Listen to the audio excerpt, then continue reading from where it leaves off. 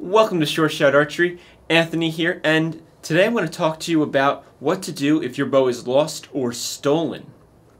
So I'm going to be covering 13 points that you may want to keep in mind if you or somebody you know possibly loses or possibly gets their equipment stolen. Now this was put together by myself and with a lot of help from Chris Hill, and most of these points are actually coming from him because he's had some experiences in the past with equipment, and just both of us together from people we've known that had lost equipment and stolen equipment. So big thanks to Chris Hill.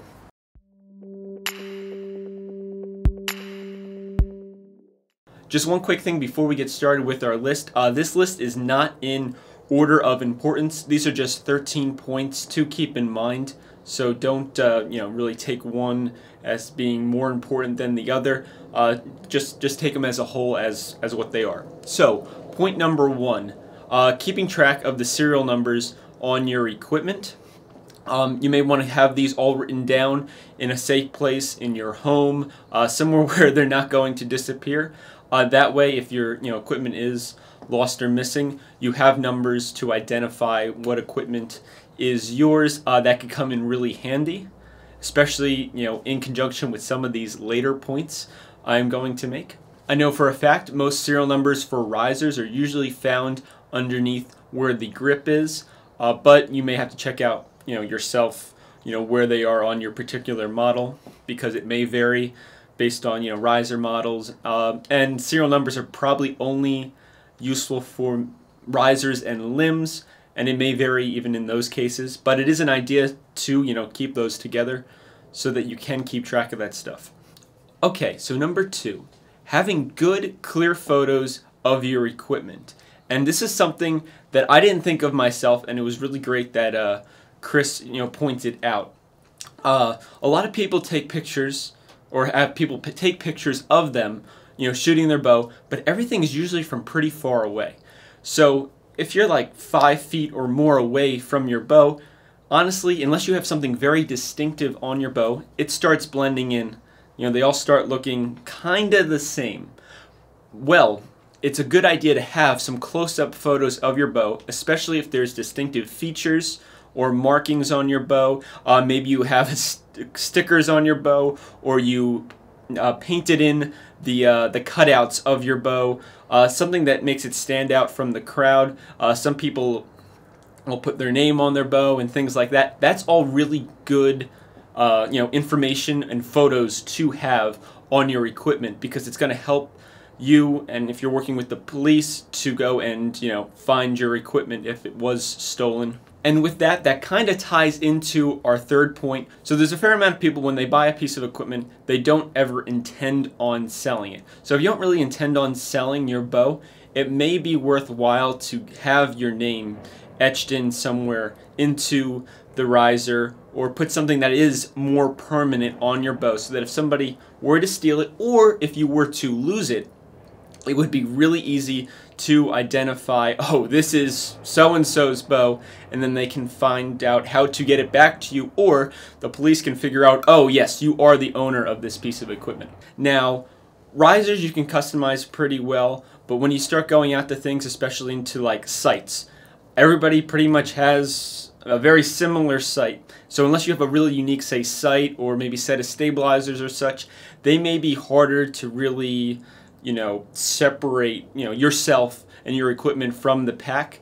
So it's definitely a good idea to make sure you document those pieces of equipment well, so you can keep track of them if they do go missing. Number four, file a police report as soon as possible. It takes around 3 to 5 business days to get a detective assigned to your case. So if you're confident that you didn't lose your equipment, somebody walked off with your equipment, you probably want to take action by going to your local police department and reporting the equipment as stolen, and follow the appropriate channels from there. For number 5, we're breaking out a little bit of old school.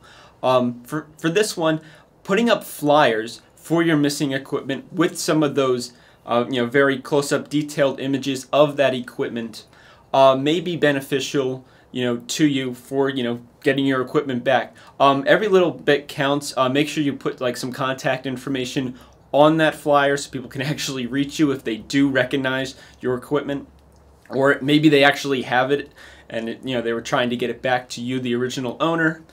Every little bit does count, and it could help you in getting back your gear. That means a lot to you. Number 6. Now this is a really excellent point, because we live in an age where literally everything you do, to an extent, is being videotaped, especially if you're in a more urban environment. So most streets and many businesses have security cameras, and there's a possibility that one of those cameras may have caught, what happened to your equipment if somebody did take it, or, it just took it home with them so somebody else didn't actually steal it and they're trying to get it back to you. It may give you a lead to, where your bow or whatever, even if it's just your spotting scope, went.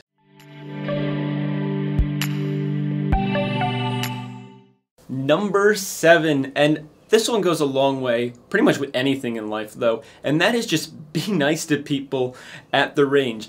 If you're nice to others, they're going to be nice to you, so if you get in a tough spot, they're going to be like, oh, well, oh, Anthony, he's a good guy, he's friendly on the range, he's not talking down people, he's helpful, oh, he really loves the sport, oh no, his bow went missing, let's see what we can do to help him out.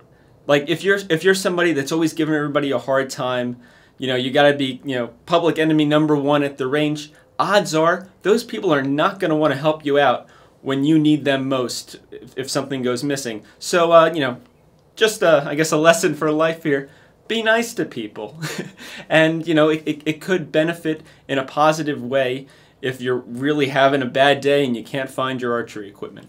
Number 8, talking with people. Yes. You can do that, and it's a very good idea. It's always nice to have an extra set of eyes, or many sets of eyes. Somebody else may have saw something that you didn't. So you may want to talk to some of the people that are frequently at your shooting range, and there's a good possibility that they may have saw something that you yourself weren't present for, or that you missed. And that again can help you find your equipment. Number 9. Going back to the same place several times in a week at about the same time, and see who's around, because people are creatures of habit. We like doing the same things, generally probably at the same time too. So if, say, your bow went missing and suddenly there's, I don't know, a construction project or whatever, something's going on in this one area, and the same people are gathered in the same place around your range, last couple of days, maybe this is an idea to, look into, or whatever. We're not singling out anybody in particular, but if this person's always there at this certain time, maybe it's worth asking, hey, have you seen my bow? Okay, number 10, and for this, you're going to need a police report first, but check places like eBay, Let's Go, Let It Go, Craigslist, auction sites and things like that, to see if your equipment is up on there, and then with that police report, something can be done about it, because then that equipment is reported as stolen or missing, and then the authorities can go and take care of that. That's very important, because if your equipment is stolen, that's probably its destination. It's probably somewhere on the internet to be sold as soon as possible. Number 11, and this is a good idea, not only for just like your local shooting, but even when you go to a national tournament or just a tournament away from your normal, daily routine at the local range. Make a checklist of all your stuff, riser, limbs, string, stabilizer, sight, and then you even want to get into your quiver, how many arrows you bring. That's an important one, because you got a dozen arrows. Whenever you have a couple misses here and there, and you totally forget, you forgot to grab one, or you left one in the target, you never know. So if you have a nice checklist to go through every time you leave your local range, or just the shoot you're at, you can really help, give yourself a nice peace of mind knowing that I have all my stuff, I'm good to go. Today is going to be a great day because I left nothing at the range.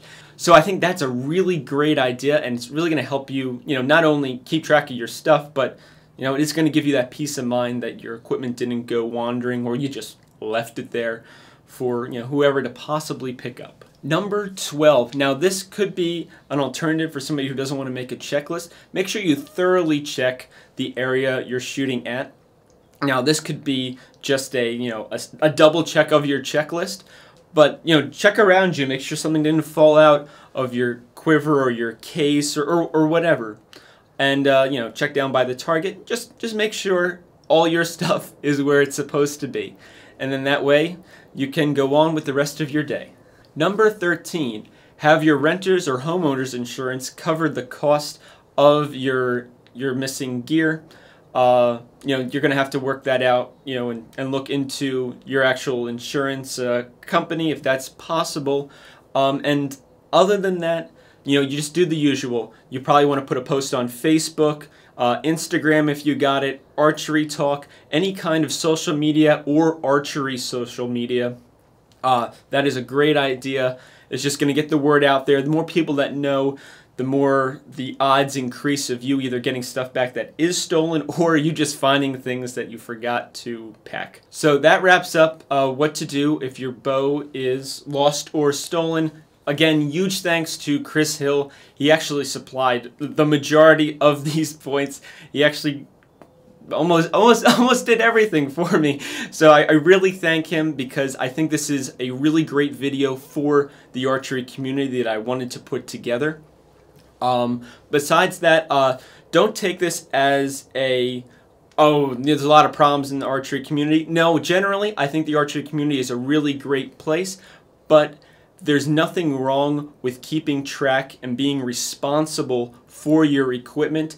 Odds are nobody's there to steal your equipment. They probably took it so that it doesn't go missing, and they're more than happy to give it back to you.